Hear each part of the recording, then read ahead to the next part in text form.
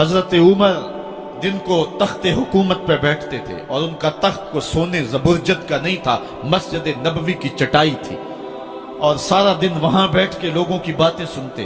और जब रात के अंधेरे गहरे होते उमर भेष बदल के मदीने की गलियों का गश्त करते। कहा तुम्हारे घर से धुआं निकल रहा है और बच्चे रो रहे हैं, उनको खाना क्यों नहीं देती?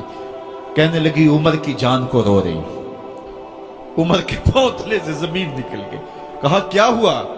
कहा 3 दिन से हमारे यहां खाने के लिए कुछ नहीं है, रोजाना बच्चे रोते हैं और मैं हंडिया के अंदर पत्थर डाल करके नीचे से आग डालती रहती हूं कि बच्चे इंतजार कर करके सो जाएंगे, कम वक्त सो भी नहीं रहे और वो पत्थर पकेंगे भी क्या, और मैं उमर की जान को रो रही हूं। हजरत उमर का कलेजा दहलने लगा। फौरन पलटे, वापस बैतुल माल में आए, घी का एक कनस्तर लिया, आटे की बोरी ली, मिर्च मसाला जात बहुत कुछ उठाया, अपने कंधे पे रखा, बोरी अपनी कमर पे लादी। उमर बैतुल माल से निकले तो आपके खादम असलम ने देख लिया, आगे बढ़ा, कहा मेरे आका मैं उठाता हूं। उमर की आंखों में आंसू है। कहा असलम कयामत के दिन मेरा बोझ उठा लोगे? कहा कयामत के दिन तो अपना अपना बोझ उठाना पड़ेगा। कहा उमर को आज अपना ही उठाने दो। हजरत उमर वो घी का कनस्तर और वो आटे की बोरी सर पे उठाए हैं और उस खातून के घर जाते हैं और दस्तक देते हैं। वो जब देखती है उसकी जान में जान आ जाती है। कहा जल्दी जल्दी आटा गूंदो, और उमर सब्जी काटने लग जाते हैं।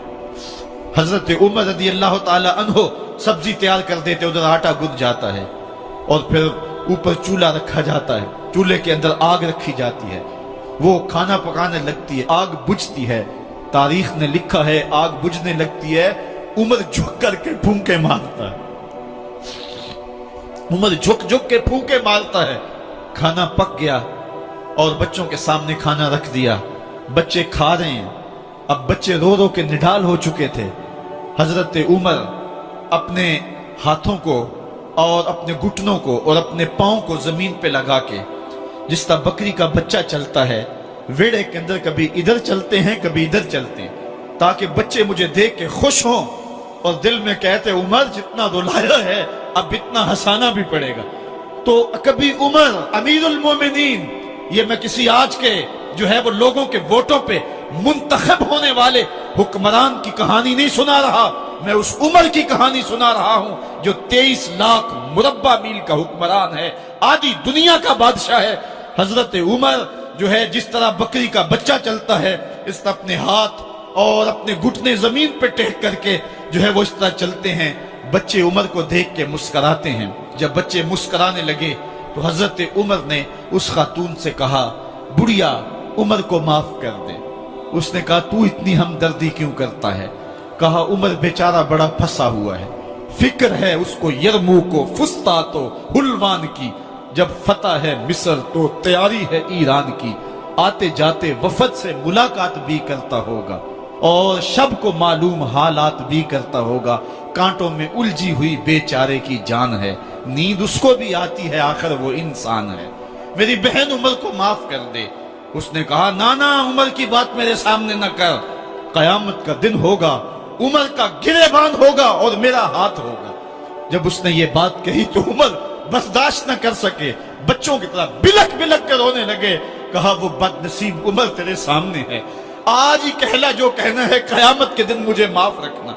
उसने कहा तू उमर है? कहा बदनसीब उमर तेरे सामने खड़ा हूं। मेरे उमर कहते हैं अगर दजला के किनारे एक बकरी का बच्चा भी प्यासा मर गया उसका हिसाब भी उमर से लिया जाएगा। हजरत उमर निकले यरूशलेम में, एक ऊंट है एक गुलाम है, कभी वो सवार होता है कभी आप बारी मुकर्रर की है। जब करीब पहुंचे यरूशलेम के तो उमर की बारी नकेल पकड़ने की और गुलाम की बारी ऊपर सवार होने की आ गई। गुलाम ने कहा आका मैं मर्जी से अपनी बारी छोड़ता हूं, आप आ जाएं, दुश्मनों के मफतूहा इलाके में आ रहे हैं, ताजा ताजा इलाका फतह हुआ है, इस्लाम की शान और शौकत जाहिर हो। उमर ने कहा इस्लाम की शान और शौकत ऐसे जाहिर नहीं होती है, अपनी बारी पे तुम बैठोगे, अपनी बारी पे मैं बैठूंगा। लोग मुंतजर खड़े हैं, दूर से जब देखा कहा इसकी हैबत से कांपते थे हम, ये तो कोई हबशी लगता है, रंग काला है, होंठ मोटे हैं, इससे तो ज्यादा हसीन इसका गुलाम है जो आगे आगे चल रहा है। حضرت ابو عبیدہ نے کہا دھوکہ کھا رہے ہو، ہمارا آقا وہ نہیں ہے جو اونٹنی کے اوپر سوار ہے، ہمارا آقا وہ ہے جو لگام تھامے آگے آگے چل رہا ہے۔ حضرت عمر رضی اللہ تعالیٰ عنہ کو آگے بڑھ کے جابیہ کے مقام پہ حضرت ابو عبیدہ بن جراح نے استقبال کیا، تو حضرت عمر آگے بڑھے اور انہوں نے آگے بڑھ کر کے حضرت ابو عبیدہ کے دونوں کندھوں پہ ہاتھ رکھا، اور سنو حضرت عمر نے کیا کہا، کہا لا الہ الا اللہ انا کنا اذل قوم فاعزنا اللہ بالاسلام، کہا کہ لا الہ الا اللہ، اے ابو عبیدہ بن جراح، ہم ایک ذلیل قوم تھے اور اللہ نے ہمیں اسلام کی وجہ سے عزت عطا کی ہے۔ اور میں تمہیں ایک تاریخ ساز بات کہنے لگا ہوں، اور وہ یہ ہے کہ جب تک ہم اس عزت والے اسلام کے دامن کو تھامے رہیں گے ہماری عزت قائم رہے گی، اور جب اسلام کے علاوہ کسی اور جگہ سے عزت ڈھونڈیں گے تو رسوا کر کے رکھ دیے جائیں گے۔ یہ ہے وہ خلاصہ جو حضرت عمر نے امتوں کے عروج و زوال کا بیان کیا ہے۔ اس امت کو جو خیرات ملی ہے تخت و تاج کی، وہ پینٹاگون سے نہیں ملی، وہ واشنگٹن سے نہیں ملی، وہ وائٹ ہاؤس سے نہیں ملی، وہ محمد عربی کے جوڑوں کا صدقہ ملی ہے۔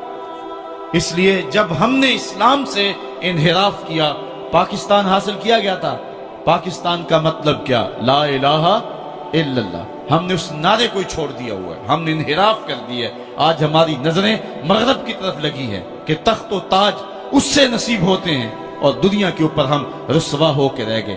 ہماری پستی، ہماری زبوحالی، ہماری ذلت کا سبب یہ ہے کہ جس جگہ سے ہمیں عزت ملی تھی ہم نے وہ مرکز ہی چھوڑ دیا ہے۔ اس مرکز حیات کو، اس مرکز زندگی کو، اس مرکز عزت کو ہم نے چھوڑ دیا ہے، اور دنیا کے اوپر ہم رسوا ہو رہے ہیں۔ انہی حضرت عمر کی کہانی ہے۔ وادی تہامہ سے گزر رہے تھے کہ بچوں کی طرح بلک بلک کے رونے لگے۔ کہا عمر جوان آدمی ہو اور بچوں کی طرح بلک کے رو رہے ہو؟ کہا تم نہیں جانتے، مجھے بچپن کی کہانی یاد آ گئی۔ کہا کیا کہانی ہے؟ کہا یہی عرض تہامہ تھی، میرے باپ خطاب نے مجھے 5 اونٹ دیے تھے، کہا انہیں لائن میں کھڑا کرو سیدھا۔